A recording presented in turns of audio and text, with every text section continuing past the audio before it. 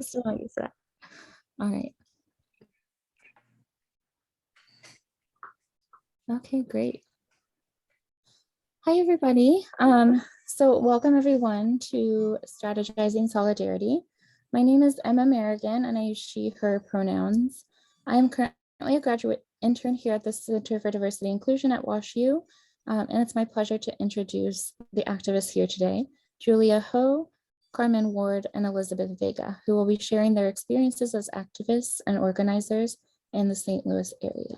Oh, and before I forget, I also want to turn on, Dr. Williams, do we have the live transcription going? Yeah. Okay, great. Just making sure.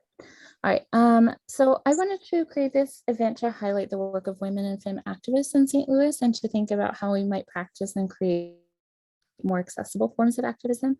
And additionally, I wanted to support the speakers' organizations and create a space for inter-movement strategizing among WashU students and community members as well.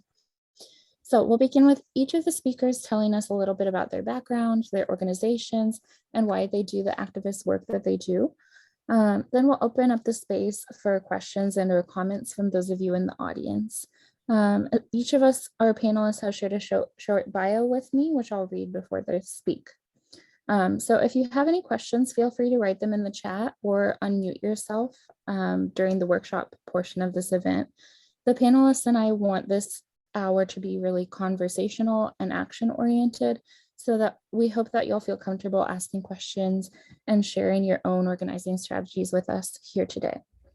I'll also share a handout in the chat and a little bit with resources about how you can get involved with our panelist organizations and or other social justice organizations and movements here in St. Louis. And then I'll also share some contact for information as well for myself and the CDI.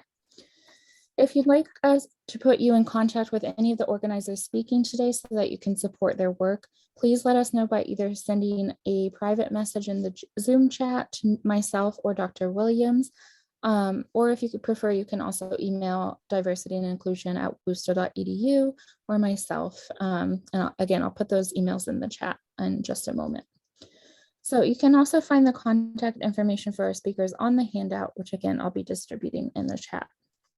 So with that, we'll get started with our first speaker, Julia Ho. Julia Ho is a solidarity economy organizer based in St. Louis with deep roots in Taiwan. She is the founder of Solidarity Economy St. Louis, co-founder of STL Mutual Aid, and board member for the New Economy Coalition. So, all right. Awesome. You said 3 to 5 minutes. So I want to make sure I'm mindful. Awesome. Well, good to meet you all, even though I can't see everybody. That's totally fine. My name is Julia. Based in St. Louis, obviously right now I'm in DC, but I've been in St. Louis since 2011. I ended up there as a WashU student. And so I always say that, like, you know, even though my relationship with WashU as an institution and university has been difficult at times because of my activism, I'm very grateful to WashU for bringing me to St. Louis and for allowing me to really claim St. Louis as my home. And so even though I'm not from that community, like I said, I'm Taiwanese, I grew up in West Texas, I really feel deeply connected to St. Louis. I really feel like it is my home. And a big reason for that is because of the organizing and the community I've built around my organizing. And, you know, Vega and I go back to our days during the Ferguson uprising. And that was a huge life-changing moment for me, as it was for thousands and thousands of people in St. Louis and across the world. And at that time, I had just graduated from WashU in May or June of 2014. And so it was 2 months before the Ferguson uprising. But even before that, really what led me to Solidarity Economy organizing was actually helping to co-found the Trading Post, which is a free store on campus. And, you know, again, it's just sort of like things happen the way they happen. And when I was a student at WashU, when I was a freshman, I was really, you know, just like excited about the idea of creating a space that was open to everybody, and also that helped challenge people's ideas of money and capitalism and exchange. And so starting that free store for me was actually like a very important, I think, stepping stone to learn about the solidarity economy, to learn about different forms of economic participation, which is just a fancy way of saying different ways that people get their needs met, and to do it in a way that is liberating as opposed to oppressive, which is the current world that we live in. Sorry about that. So yeah, I think different aspects of my journey, starting from that moment, phone call happening, and then going through the Ferguson uprising and being really involved in very like, sorry guys.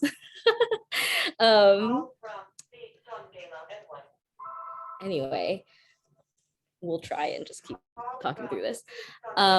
So Ferguson uprising for me was really, like I said, focused on kind of very more of what we think of as like activism in terms of being in the protests, being in the streets, and learning about direct action and all that kind of stuff, getting arrested, all of that. And that was really, very like obviously politicizing, very important part of my organizing. But what I found over the years and what I sort of work on a lot now is more of the community building and the sort of building the world that we want to live in. And so when I talk about the solidarity economy, what I really mean is like, how do we not just focus on dismantling the institutions and the things that we know are not working for us, but what are we actually doing to change ourselves and to build the kind of relationships that we need that are going to be the foundation for the world that we actually want to live in.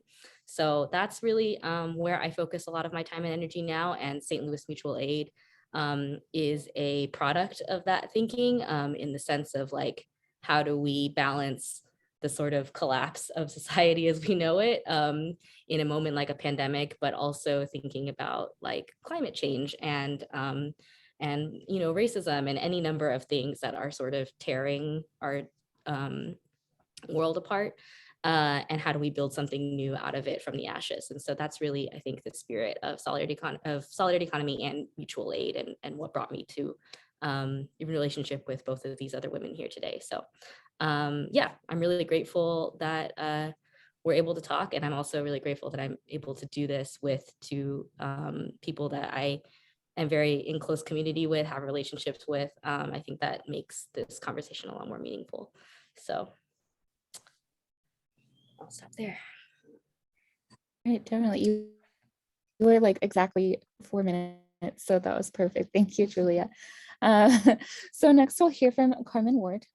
Carmen Ward is a native of St. Louis and lives in the heart of the city. Carmen is the product of the public school system, but graduated from an alternative high school in Macomb, Illinois, and then received a double bachelor degree from Western Illinois University in sociology and law enforcement. Carmen always believed that she was supposed to be doing something to shift the paradigm of her community, and began advocating for her son and access for children when he was diagnosed with autism in 2008. Since then, Carmen has traveled locally and nationally, advocating for parent and student choice in state and national forums. Carmen says she is firmly rooted at the intersection of community, people, and policy. Carmen is dedicated to shifting the trajectory of her community. She recently started a business that empowers entrepreneurs in Missouri and abroad with funding from St. Louis Mutual Aid. Thanks. All right, Carmen. Thank you, Emma. Where do I start? I have one amazing son, and as my bio said, I'm a native. I think that it is important for us to understand that college or access to college does not always give people what they need to really go from surviving to thriving. When I came into the mutual aid space, very depressed, very broken, and I had come to my wit's end in corporate America. I did not know at the time how much I needed community. I did not know how much I needed support. And I did not realize how much I was siloed and on an island by myself. Over time, being in a community with mutual aid, I began to find healing. I began to find reconciliation. I began to find pathways for my amazing son, who the world labeled him as autistic, where he could begin to gain the social skills that he needed. On my journey of healing myself and finding out that it is okay to have a mental illness, it doesn't have to have you, but it's okay that you have one. Mutual aid was grateful enough to invest $15,000 in what I call a pipe dream. And I was on a mission to radically interconnect with people so that people didn't have to be alone. So they didn't have to navigate relationships alone, so that they can find pathways to their destiny and their purpose in life. And as I realized over 3 months that we were on to something that was really powerful and amazing, because people really desired to be in relationship, I began to realize that I had to take it further. So through the relationships with mutual aid, I began to create operational budgets and pitch decks and all type of things to try to get people to understand a new way of being in community. And mutual aid went along the whole journey with me. I didn't have my own job. I had no source of income, and I'm college educated. And I had my amazing special needs son the entire time. I ultimately landed a job, but it wasn't my passion. And this is not anything that I had expected to say, and not the way that I thought I would say this to you, but I want you guys to understand the importance of strategizing solidarity. Mutual aid sowed a seed into me over 2 years ago. And now I'm sitting at the Bailey Foundation, where I am now the Director of Development and Community Engagement. And everything that they invested over these 2 years, we are now getting ready to implement right here in this space. We're getting ready to create the synergy so that all of the people that come into our mutual aid space that are in crisis, just like me, educated or not, they can now close the gap and get the income that they need so that they can move from surviving to thriving. That is what we want. We want to create a collective space where the work that is mutual aid, the power that is mutual aid, can manifest and grow and really impact others. This is a 501c3 that is about to be impacted by the power that started outside of mutual aid. I'm gonna be quiet. I'll say more later. All right, thank you, Carmen. And I also just want to thank each of you for just being vulnerable with us, sharing these really impactful and vulnerable moments with us. I think that's really necessary in this kind of space, and also really brave of you to do so. So just want to validate that as well. So finally, before we open the workshop panel of this event, the workshop portion, excuse me, we'll hear from Elizabeth Vega, aka Vega, and I will read her bio in a sec when this loads. So Elizabeth Vega is a Chicana poet, activist, and cultural organizer. She is a co-founder of the direct action group Artivists STL, a collective of artists who strive to make social justice visual. Artivists organized and planned the Requiem for Mike Brown and the Mirror Casket project, collected by the Smithsonian in March 2016 for its National Museum for African American History and Culture. Vega is founder of Art House, a collaborative community for artists located in the heart of St. Louis. Art House not only provides affordable housing for activists, but also does grassroots organizing for the neighborhood, including a food share program and art outreach for neighborhood children. A graduate of UMSL's clinical mental health program. Vega is committed to using art and writing to facilitate emotional justice in communities impacted by violence and helping to build a solidarity economy in her neighborhood. Well, hello, beautiful humans. I'm here at Art House, so you will hear probably my housemates around me because I live in community. Art House was founded as a direct result of the Ferguson uprising, and we will be 7 years old come October, which I think is amazing. It started out as, after being in the Ferguson uprising, street protesting almost daily for 8 months, it became really clear that we couldn't go back to our old normal, but we also didn't know what the new normal was going to be. And so, burnt out, I went on a sweat and I got a vision for a movement home.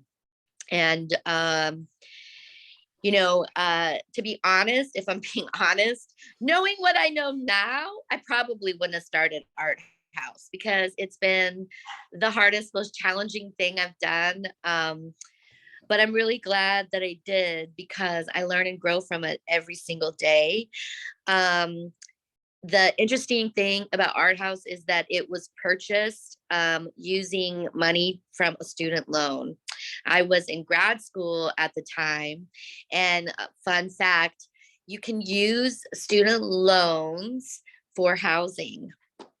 And there's nothing to say that you can't live together and pull your student loans to buy a house, because we really know that once you go through college, you're probably not going to be able to afford a house. And that's basically how we got the down payment for this house. We got it owner financing. We paid it off in 3 years. And now we live and work together. The folks who live here help support the mortgage, not the mortgage, but the repairs and the utilities. And we're still on a shoestring budget. We're not a 501c3, but we have seeded food share programs. We do a food share program here at Art House that we get gleanings from Whole Foods. We bring it here. If you need food, you come and get it. You don't have to show proof of poverty. We have a free store. And I want to touch back on what Julia said about universities being incubators to try these things, because I was a non-traditional student at Berea College in Kentucky, and we started the non-trad cottage for non-traditional students. And within that, we also started a free store. So now the free store is also at Art House. So know as students and also as the educators that, the best education is the education that you can apply in real life to change your community and change your outlook. And so I agree with Julia. I feel like I love doing the resistance work. I love shutting stuff down. But a lot of my focus now is trying to make young folks both incorrigible and hopeful. Incorrigible to slow down what is happening around through resistance, but resistance that also at all times is seeding the world that we want in the now. Seeding a world that my grandchildren deserve and that my great-grandchildren deserve. And so that's what we do at Art House. We live together. And one of the things I would like to say about Art House that is unique is that we have 6 courageous people here from all backgrounds.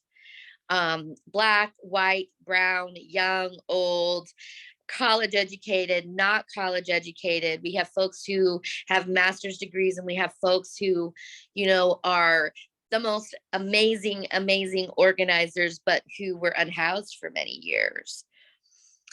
The biggest lessons that I get is living in community with these folks. And it's not easy, but I have 5 mirrors around me at all time that are helping me unbraid these systems of oppression and also do healing work that is not just liberating myself, but is towards a collective liberation. And so I'm focusing on that a lot too. So any questions you have, you can call me. I'm accessible. All right, thank you, Vika. So with that, we'll kind of open up the space for any questions, comments. If you'd like, you can post them in the chat. You can also just unmute yourself. And I'd also like to encourage our activists, if they have questions for each other or other things that they want to comment on, they can feel free to do that. So I'll just take a pause here while people kind of think of questions, and I have some myself as well in case people are not. Julia about which, and Carmen too, but we are all are leaning into kind of visionary, revolutionary spaces. And I wonder, how do we as activists try to do this really radical visionary work as the system is trying to impose a structure that we've already outgrown, if that makes sense. Like an example is that when we purchased Art House, there was not really a model that, in St. Louis. And so we had to sort of kind of wing it and, do it that way. I'm sure that there's other examples that people have where you're trying to do something that is big, but that you're also having to like fit it into. I'll let Julia clean it up. I mean, Vega, everything that I'm doing is radical. It doesn't fit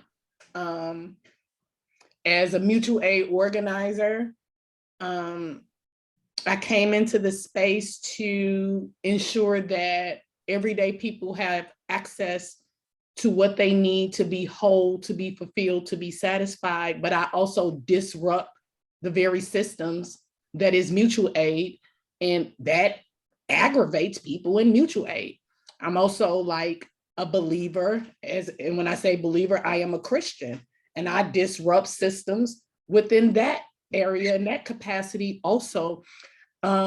This work and even being at the Bailey Foundation and understanding my capacity for what I've done in mutual aid to build the community hub. I've done it, yes, mutual aid gave me funding, but I've done it all by myself. I have not gotten any support, no backing, nothing. But because I am committed, the hub has now landed at a place where this nonprofit will begin to help me stimulate it. But mutual aid is like everything that I love. But even to think about that question, this is the most radical work of my life, and the very people that I champion and organize with, they don't even support it. But because I didn't give up, it has landed. So that's how I answer that question. I think part of, I don't know if this is like an answer necessarily, but it's what it made me think of is how to balance the process of being self-critical and also caring of each other.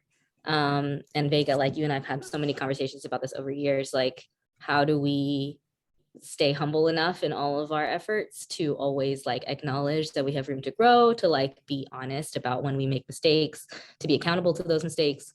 But also how do we do that in a way that is like really caring with each other? And that's really like how do you give people the room to make mistakes, and to like and to acknowledge that it's going to happen, and that we can always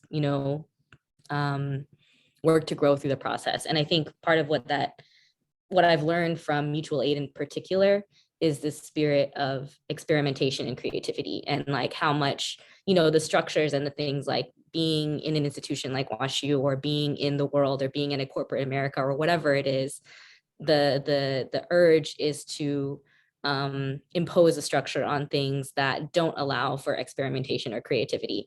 And so for us to do something and to not have all the answers, and to be willing to try something different without having any idea how it's going to turn out at all, is very scary. And it's also very, I think, the kind of like, it's the kind of spirit that we need. And I hope that one of my hopes for what mutual aid turns into is that it is like a place to foster that kind of creativity, that experimentation, because a lot of people can't, because of the conditions of the world, and like, you know, they don't have the room for those mistakes, and they don't have the room to a safety net of people to hold them if something goes wrong. And I really see mutual aid, one of the most valuable things about it, as that safety net for people, both in a tangible way of like, you know, you're going to be good, but just this idea that people can trust that there's a community of people to hold them if something goes wrong. And so, and not even just wrong, but like that we don't always know what's going to happen. And the other thing that makes me think of is when I talk to students or just like people who are kind of learning to grasp some of these ideas, a lot of people come into these things, these networks, like wanting to just have somebody tell them what to do, or to give them the answers, to say like, well, what's your plan? Like, what are you going to do? And like, how do I, you know, what should I be doing, or whatever.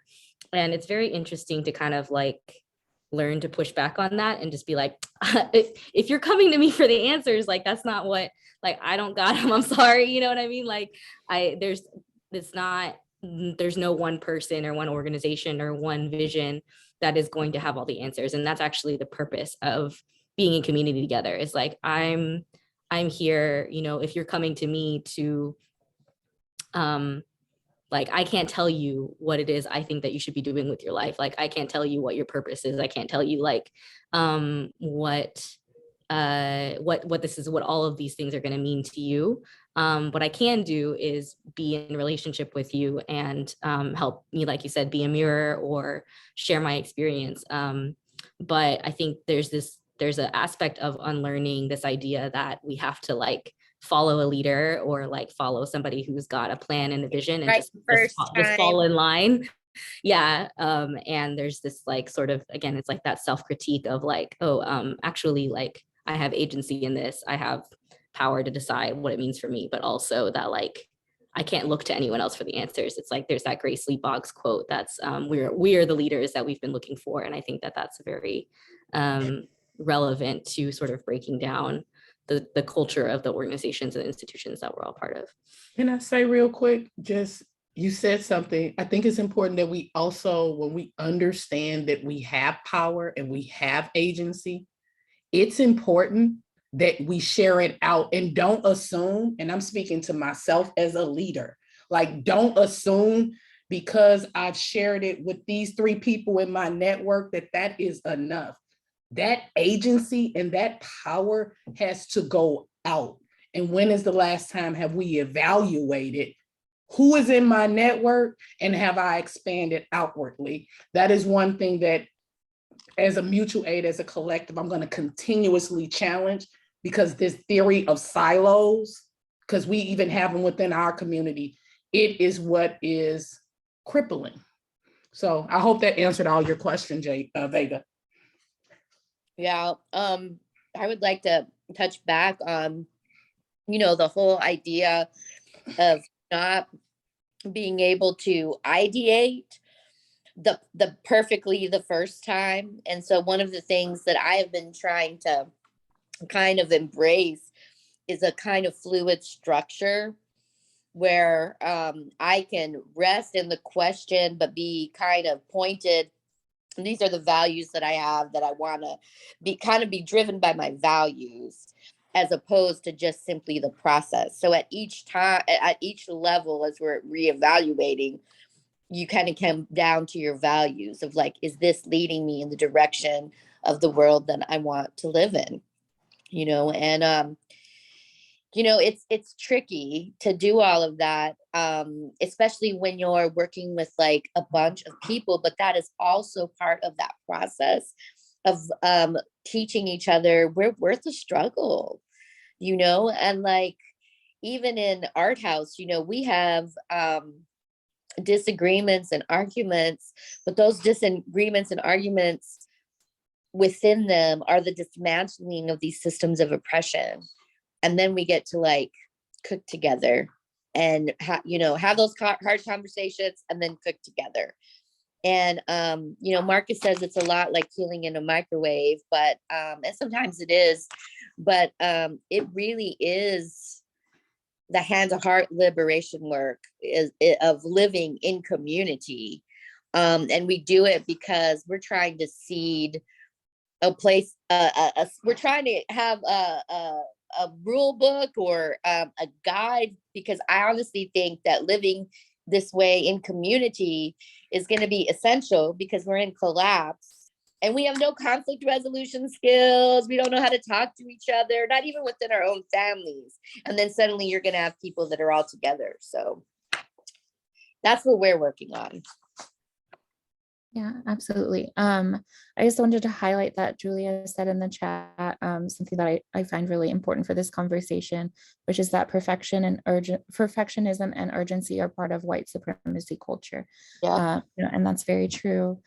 Like, just have to, as each of you have said, just acknowledging that mistakes are going to be made, and like negotiating with, and like trying to make reparations after those mistakes, and make changes. So can I offer a thought, Emma? I agree with that statement, but I would also say, as a woman, you see my skin, it's also a part of every culture. Like, some kind of way, it is in every culture, and it is a problem. So I don't just want to name it as a white supremacy thing, like even if the white folks are the one that brought it. This same perfectionism and urgency is what has us advocating, like, we talk all day long doing mutual aid and we do it for free. It's what has had us have to advocate for a stipend to cover the work. It is what's making me have to like self-pay. Like, I am actually paying out of my own pocket to stimulate the hub so other men and women can eat and live, because of the Black perfectionism and urgency that's in my own community. So I just want to name, yes, Jay put it, the point is valid, but I need Black and brown people to swallow that too, because you don't get to do that. yeah, thank you for offering that nuance. That's also really important.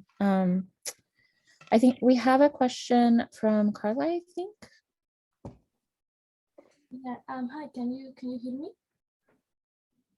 Okay, well, thank you all for coming to the space. I really appreciate hearing and learning from you. So I'm the co-president of a student organization here at WashU, which is called GenWix. It's Associate of Gender, Minoritized and Women graduate students. And one of the hardest aspects of leading this group is the reaching out process, if I could call it so. Many of the students that participate in our events and the workshops come from a humanities backgrounds, but we also want to include students from, I don't know, chemistry, business. And when they arrive at our space, they're sometimes scared because they assume that because of our in-campus activism and because the kind of event that we lead that are anti-racist and try to be really inclusive, they somehow, because of the spaces they interact, they're really scared of that scenario. Like, they think that in order to participate, they need to have some kind of background education, or that they need to know about certain political things. And sometimes they want to participate, but they're scared of that. So I imagine that maybe in your own daily organizations, daily life, you might have that kind of like people that want to participate but are scared of it. Mm-hmm. So I just want to ask you, like, how do you like negotiate with that, like to invite people to the spaces and like maybe not be scared of it without like diminishing the radical language that you use? Like, you don't want to like take out certain vocabulary that for me is really important. So I don't know if I'm making sense, but I want to talk about your experience with this, inviting people into your own spaces. And thank you again for being here. I think for me, when When I got invited into the space of mutual aid, I didn't know Julia. And I was invited into the space and I didn't understand anything that was happening. The language, the words were above, and I'm college educated, was above my knowledge. I didn't understand. And no one stopped to slow down enough to explain it to me. And that's when I talk about like the silos that's within the silos. But then I came up to Julia and I was all codependent and I needed Julia to like save me and tell me and give me all the answers. But Julia wouldn't do it. No matter how much I tried to push, she wouldn't do it. But she befriended me. She built relationship with me. And she brought me up to a standard of understanding because she was never going to let me be codependent. Here is what I offer. I don't ever want people to change their language, but are you aware of who's in the room? Are you aware? I'm an organizer, but y'all never heard me say I was at Mike Brown. I don't organize like that. My movement is different. You don't have to change your language, sis, but you do have to be mindful that people are afraid.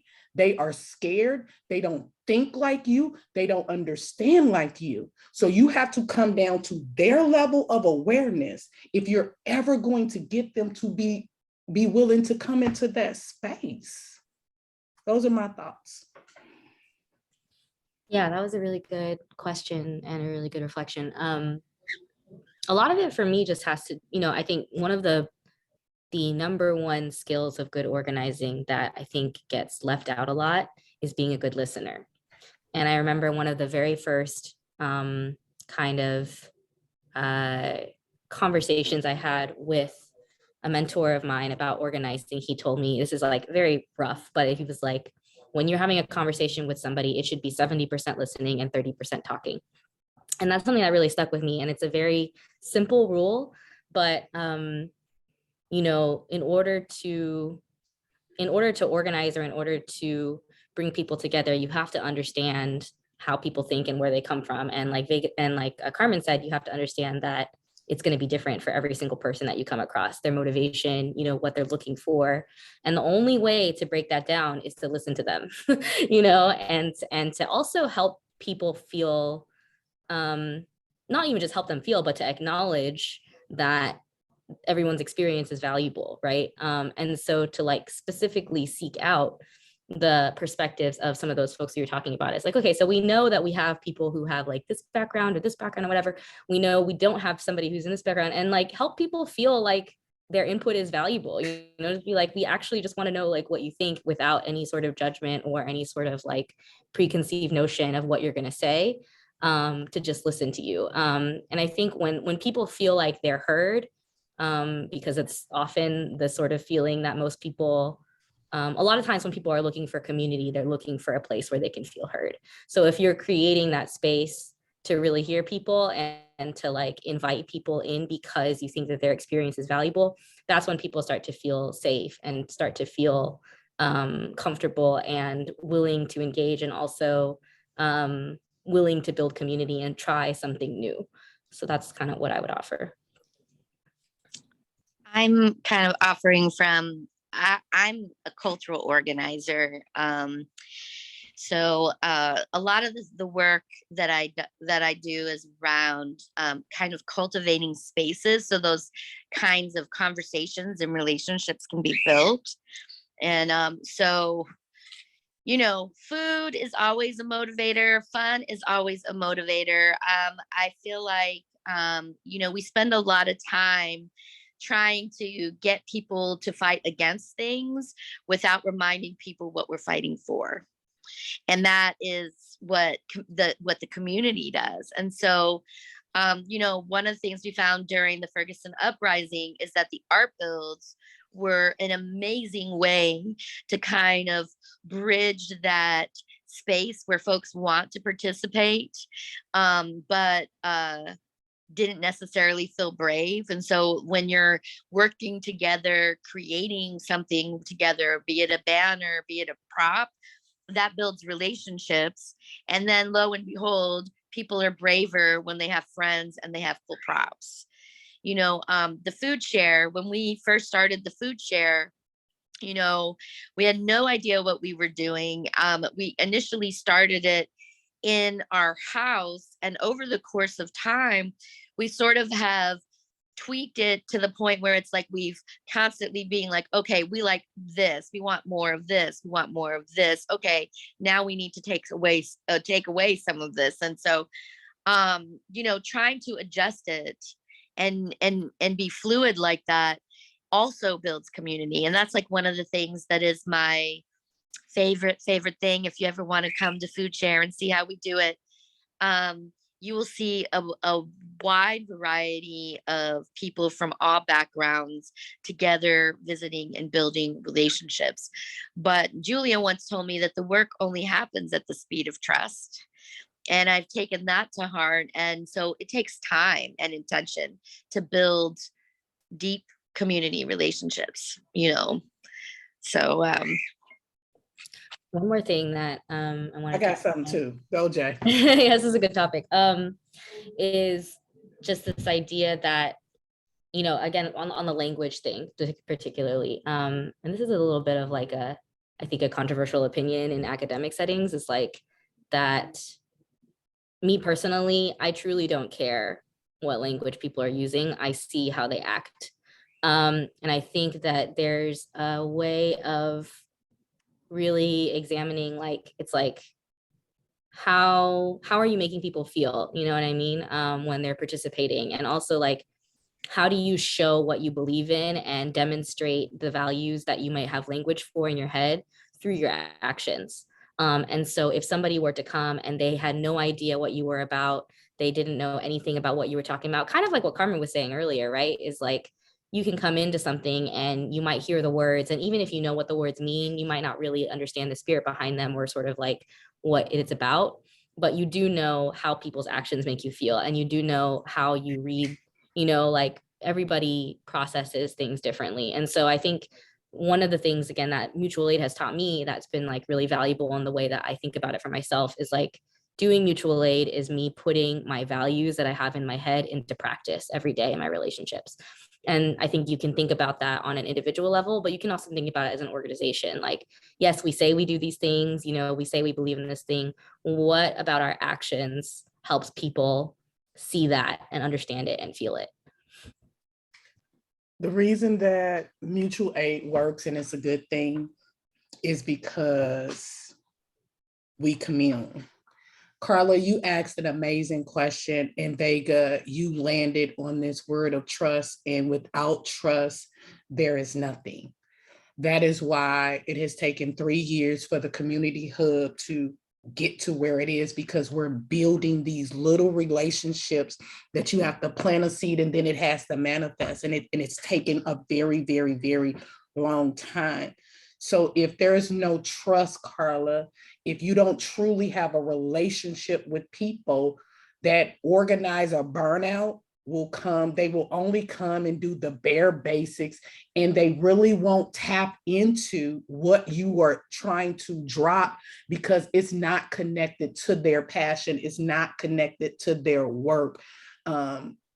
Words have a lot of power, and the intersection of trust is critical. So what I would encourage you as you're organizing, really make sure that you give weight to the words that you use, but also hold true to everything that you tell people that you will do, and then also actively listen. And I say this as like, this is my first week in my new position. I don't know what's going to come of it, but what I know is that trust is everything. And this woman, she just walked in here, I don't care. Like, she is taking the steps to try to build the trust so that we can build a foundation to make the plan and the dream a reality. You cannot rush these people, Carla, with your organizing needs if you have no relationship.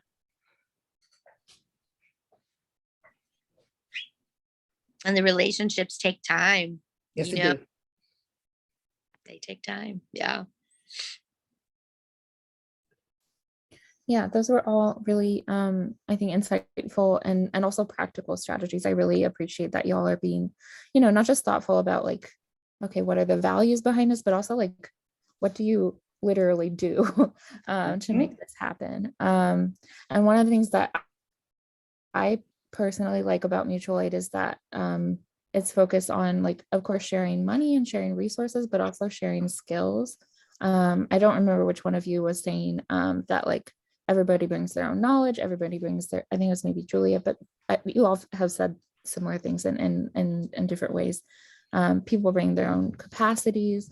So like everyone can contribute in some way. And even if you are low income or you don't have certain resources, you have something to bring, right? So I think that's really important. Yeah, I don't know if other people have questions. You can definitely feel free to unmute yourself, write in the chat. I'll do another pause here in case people wanna need a sec to think about it, but I also have some other questions myself if no one else does. So I want to add to that last point you made of like everybody has something to bring and something to offer. I think there's also the flip side of that doesn't get emphasized as much, which is that everybody needs something from the collective. And so even if you are somebody who's well-resourced, who's got a lot of money to give, who, you've got time and whatever to offer, you also have something to gain from being part of a community like this. And that's something that I think that it really affirms like the value of what I do when I'm in a space of, like Vega said, very, very different people from very different backgrounds, identities and whatnot. And everybody who's there can articulate, what are the skills and the experience that they have to offer, but also what is it that they gain from being in this community. And this kind of relates, Carmen and I spoke to a class, it was on confronting capitalism last week, and the students were asking really great questions, but it was there was a lot of talk about burnout and about like, okay, what if the work that you're doing is like is draining you, or sort of nice to meet you too, is making you feel burnt out. And that's part of all of this as well, is that like when you're doing it, when it's right, and it should be bringing you joy, it should be adding to your life. None of us should be doing this stuff because we feel obligated to, or because it's like, oh, this is what I have to do, you know what I mean? So yeah, that's what I'll add.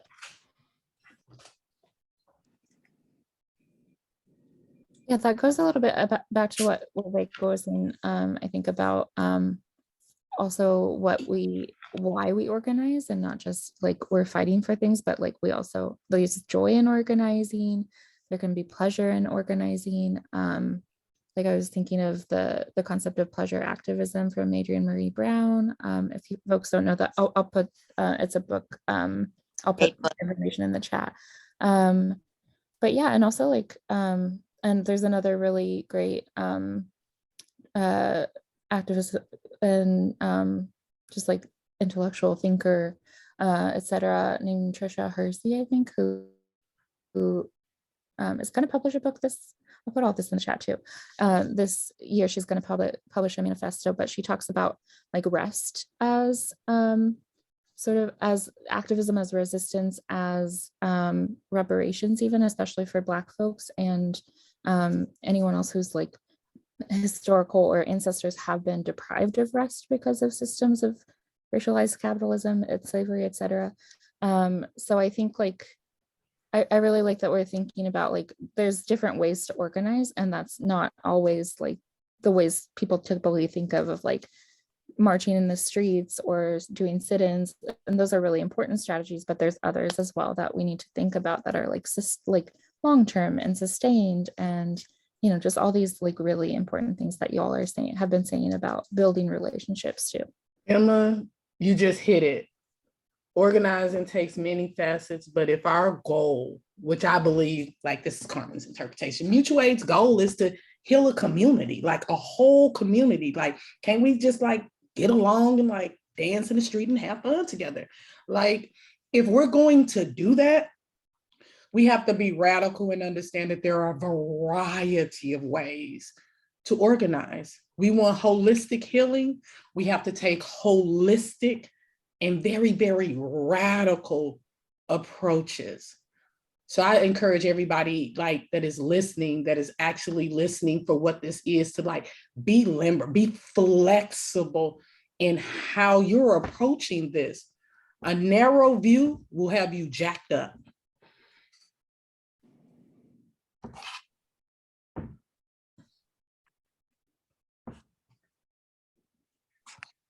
I also think that the other thing that needs to be discussed is healing work, and healing work put on the same level playing field as feeding people, the resistance work and everything. You can't organize folks when they're really broken, you know, like it's just because of the systems of oppression. And you also can't lead from a place of wounding. And so one of the things that, especially since I've got back from sabbatical, is thinking about the privilege, the inherent privilege that comes with healing, you know, and how even our healing is often rooted in privilege and how much privilege we have. You better tell it. And so if we talk about creating the world that we want in the now, we also have to acknowledge that part of that barrier is really learning how to hold space for people and show grace as people heal and work through that trauma. And also shifting, having a cultural shift from one of retribution and punishment to accountability as a source for growth, and accountability as a source of love, because it's a gift that's helping me grow, and not sinking in and feeling, you know, like you're pond scum, but saying, okay, I'm going to take that and I'm going to implement it now so that I can be a better human being. And, you know, not thinking that you have to, you know, because if we talk about we want the most marginalized folks to lead in these movements, then we also have to recognize that that also comes and contains with it a tremendous amount of trauma that at 55, I'm still working through. So how do we hold space for that within our movement spaces? And it's like healing, it's like having sand trays, having places to create art, reimagining healing from the commodification of what we currently have. Peer counseling is another one.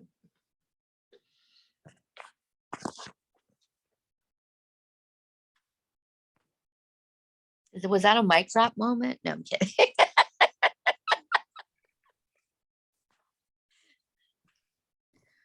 All right, well, we have still about 5 minutes. So again, anyone can feel free to jump in the chat or on or just unmute yourself. Again, I'll take a little pause here, and then if about a minute or so passes, we can introduce other questions as well.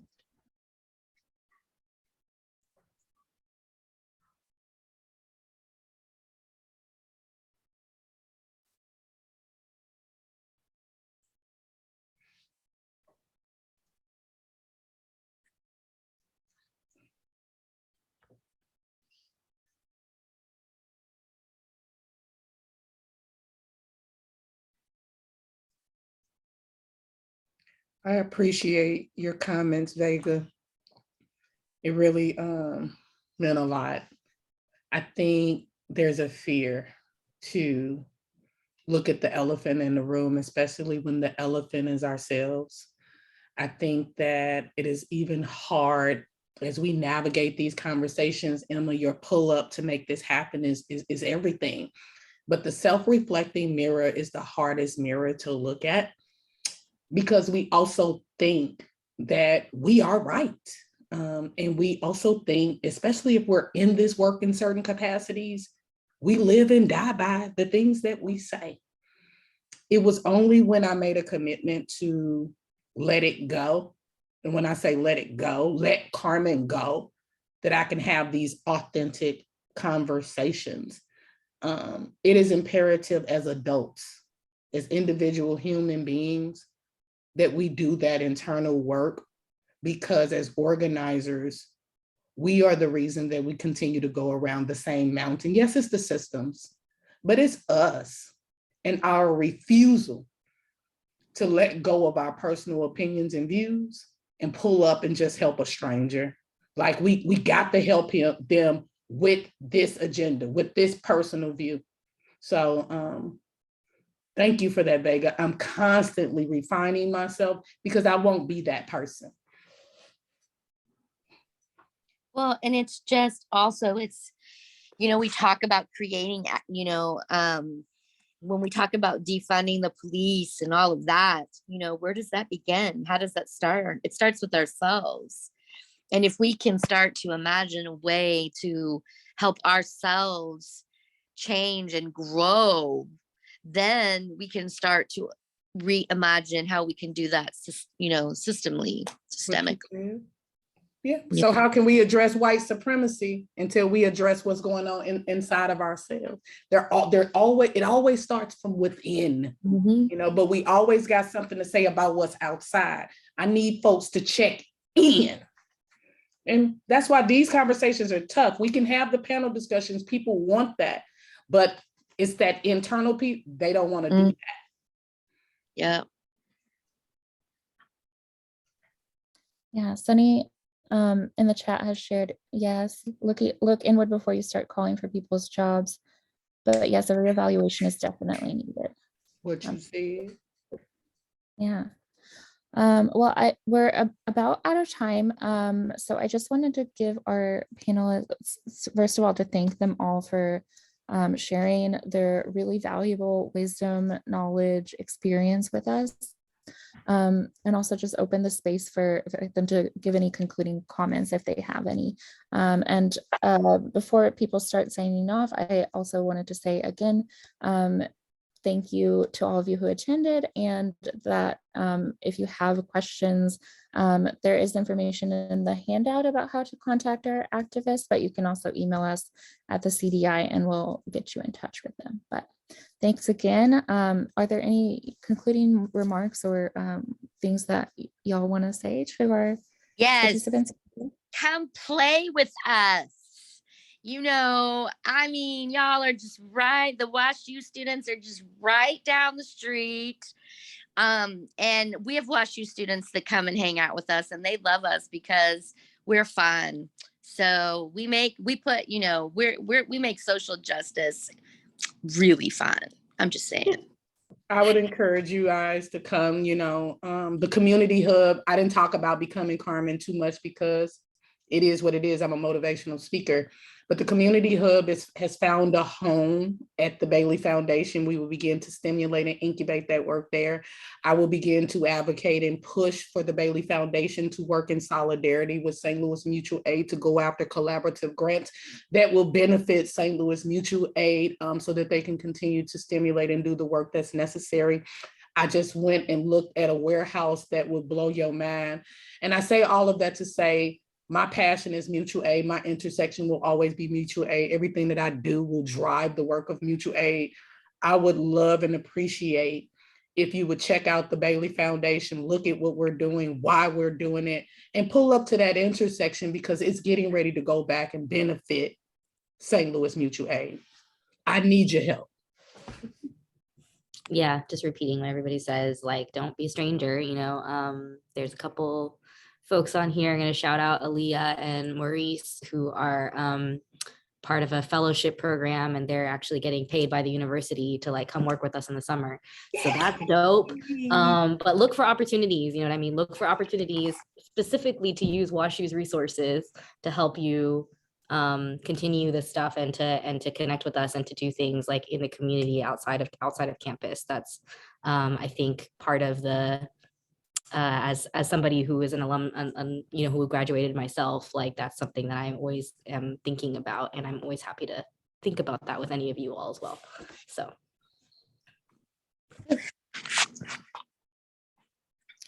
Right. Yes, I love that. Use WashU's resources. They have money. Use it to the benefit of people who and organizations that don't have as many resources. That's amazing and very much needed advice. All right. Well, thank you again, everyone.